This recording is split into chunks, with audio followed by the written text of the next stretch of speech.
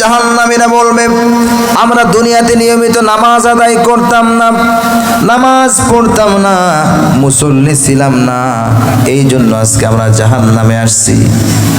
খুবই দুঃখজনক বিষয় হলো, আমাদের বাজারে যাওয়ার জন্য সময় হয়, মাঠে চাষাবাদ করার জন্য সময় হয়, ব্যবসায় প্রতিদিন একই টাইমে যাওয়ার জন্য আমাদের সময় হয়, সন্তানের বিবাহ দিবে তাও সময় হয়, সংসারের সময় দিবে তাও সময় হয়।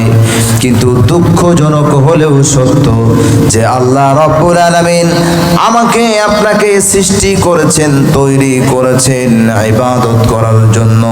সেই আল্লাহ রাব্বুল আলামিনের সন্তুষ্টির লক্ষ্যে নামাজ আদায় করব, এই সময়টুকু আর আমাদের হয় না। ঠিক না? ফজরের ক্ষণ গেল পরনি নামাজ, জোহরেও ডুবেছিলে নিয়ে শত কাজ। ঠিক না?